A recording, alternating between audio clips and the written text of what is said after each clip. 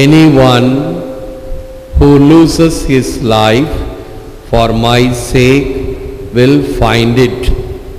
மத்தேயு 10:39. என் பொருட்டு தன் உயிரை இழப்போரே அதை காத்து கொள்வர். இது கிறிஸ்து வழங்கும் வாழ்வு தரும் நற்செய்தி. கிறிஸ்துவே உமக்கு புகழ். கிறிஸ்துவில் அன்பார்ந்த சகோதர சகோதரி, அன்பார்ந்த பிள்ளைகளே, அன்பார்ந்த தொலைக்காட்சி விசுவாசிகளே, குலம் தரும் செல்வம் தந்திடும் அடியார் படுதுயர் ஆயினவெல்லாம் நிலம் தரம் செய்யும் நீள் விசும்பு அருளும் அருளோடு பெரு நிலம் அளிக்கும் வளம் தரும் மற்றும் தந்திடும் பெற்ற தாயினும் ஆயின செய்யும். இந்த உலகத்தில் இருக்கக்கூடிய பல வகையான பேறுகள், செல்வங்கள், வளமைகள், இவைகள் கொடுப்பதை விட அதிகமாக பெற்ற தாயை விட அன்பு செய்கின்ற இறைவனுக்கு ஈடாகாது என்பது இந்த தமிழ் செய்யுள். 3 stages in the spiritual development of a human being. மனிதனுடைய வாழ்க்கையில் 3 படிகள் உள்ளன. 1 எஸ்தட்டிக், 2 தி மாரல், 3 தி ஸ்பிரிச்சுவல். மனித ஆன்மீக வளர்ச்சியின் நிலைகளாவன. 1 உணர்வு அடிப்படையில். முதல் நிலை ஒருவன் உணர்வுகளுக்கும் மன எழுச்சிக்கும் அடிமையாயிருப்பது. இறைவன் நம்முடைய உடலிலேயே ஒரு தற்காப்பு உணர்வை வைத்திருக்கிறார். திடீரென்று யாராவது நம் முகத்துக்கு நேராக கையை நீட்டினால் நம்மை அறியாமலேயே கண்ணை மூடிக்கொள்வோம். கை வந்தால் உடனே கண்ணை மூடிக்கொள்வோம். இது ஒரு தற்காப்பு, ரிஃப்ளெக்சிவ் ஆக்ஷன் என்று சொல்லுவார்கள். கண்ணுக்கு முன்னாடி ஏதாவது வருகிறதா, கண்ணை பாதுகாத்து கொள்ள நம்மை அறியாமலேயே இந்த உணர்வுகள் ஒரு தற்காப்பு உணர்வை கொடுத்து கண்ணை மூட வைக்கிறது.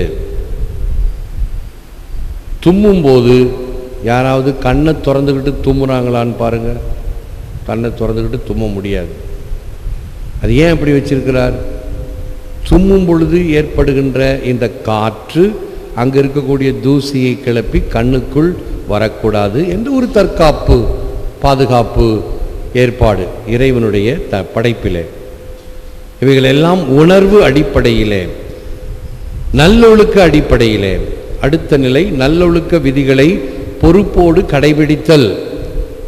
இதை நாம் சிறுவர்களிலிருந்து கற்றுக் கொடுக்கிறோம். சின்ன பிள்ளையா இருக்கும்போதே ஏதாவது ஒரு பொருளை கொடுத்தால் கூட பிள்ளைங்க ஆட்டோமேட்டிக்காக இந்த லெஃப்ட் ஹேண்டு பக்கத்தில் இருக்கும், லெஃப்ட் ஹேண்டில் வாங்குவாங்க. தப்பு ஒன்றும் கிடையாது. இருந்தாலும் என்ன சொல்லி கொடுக்குறோம்? லெஃப்ட் ஹேண்டில் வாங்காத, அந்த கையை நீட்டி வாங்கு, ரைட் ஹேண்டில் வாங்கு அப்படின்னு சொல்வதை போல பல காரியங்களை, ஏதாவது ஒரு பொருள் வாங்கினால் நன்றி, தேங்க்யூ சொல்லு, மெர்சி சொல்லு என்று சின்ன பிள்ளைகளுக்கு கற்றுக் கொடுப்பது என்ன அர்த்தம்? இந்த நல்லொழுக்கம், எட்டிகேட்ஸ், பண்புகள். ஆக மனிதன் பண்புகளின் அடிப்படையிலே, நல்லொழுக்க அடிப்படையிலே வாழ வேண்டும். 3வது அடிப்படை இந்த ஆன்மீக அடிப்படை. 3ஆம் நிலையாக கடவுள் பேரில் நம்பிக்கை கொள்ள முதல் அடி எடுத்து வைப்பது. உன்னுடைய முயற்சிகளுக்கெல்லாம் அப்பாற்பட்டு கடவுள் பேரில் நம்பிக்கை வர வேண்டும். இதுவே கடவுள் பேரில் உள்ள நம்பிக்கையை இதயபூர்வமாக வெளிக்கொணரும். கடவுள் மீது நம்பிக்கை வைக்கும் பொழுதுதான் உண்மையான இந்த விசுவாசம் ஆழப்படுத்தப்படும்.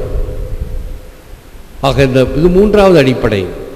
இது 3ம் மனிதனுடைய வாழ்க்கையிலே மிக மிக தேவையானது, அத்தியாவசியமானது.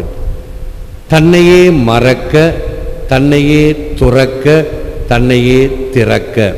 இது ஒரு சீடனுக்கு இருக்கக்கூடிய அடிப்படை பண்புகள். சக்கேயுவின் அழைப்பை பற்றி சொல்லும் பொழுது இயேசு காவியம் கூறுகிறது, தாரை வார்க்க நீ தயாரானதும் தர்மம் உன்னை தத்தெடுத்தது. இன்றே உன் இல்லத்திற்கு இரட்சணியம் அளிக்கப்பட்டது. தாரை வார்க்க நீ தயாரானதும் தர்மம் உன்னை தத்தெடுத்தது. ஆக இந்த சக்கேயு சாதாரணமாக ஒரு தர்மத்தை அல்ல, 4 மடங்கு திருப்பி கொடுப்பேன் என்று தாராளத்தை காட்டுவான். தான் சேர்த்து வைத்த பணத்தை பிறரோடு ஏழைகளோடு பகிர்வதற்கு தயாராக இருப்பான். இந்த பாட்டில் அது வரும், உன்னோடு நான் விருந்துண்ண வேண்டும், பொருட்செல்வமே என் செல்வம் என்று இன்பம் என்று கருதினேன், அதை நான் அழித்து பிறருக்கு கொடுக்கின்ற வகையில் வாழ்கிறேன் என்று அந்த பாடல் அமையும். St. John Chrysostom, if love would be spread all over, an infinite goodness would be born out of it. அன்பு எங்கெங்கும் பரவும் போதுதான் எல்லையற்ற நன்மைகள் அதிலிருந்து பிறக்கும். அன்பின் அடிப்படையில்தான் அனைத்து காரியங்களும் செயல்படும். வீட்டிலோ சமூகத்திலோ நாட்டிலோ இதைத்தான் ஆண்டவர் அதிகமாக இந்த அன்பின் அரசு செயல்பட வேண்டும். ஆண்டவரை பார்த்து உமது அரசு வருக என்று ஜெபிக்கும் பொழுது இந்த அன்பின் அரசு வர வேண்டும் என்று ஜெபிக்கின்றோம். இந்த பின்னணியில் முழந்தாளிட்டு ஜெபிப்போம். Lord, no eye has seen, no ear has heard, no heart has conceived the things you have prepared for those who love you. Set us ablaze with the fire of the Holy Spirit, that we may love you in and above all things, and so receive the rewards you have promised us through Christ our Lord. எங்கள் அன்பு தேவனே, உம்மை அன்பு செய்வோருக்கும் நீர் ஏற்பாடு செய்திருக்கும் அருள் வரங்களை யாதொரு கண்களும் கண்டதில்லை, யாதொரு காதுகளும் கேட்டதில்லை, யாதொரு இதயமும் உணர்ந்ததில்லை.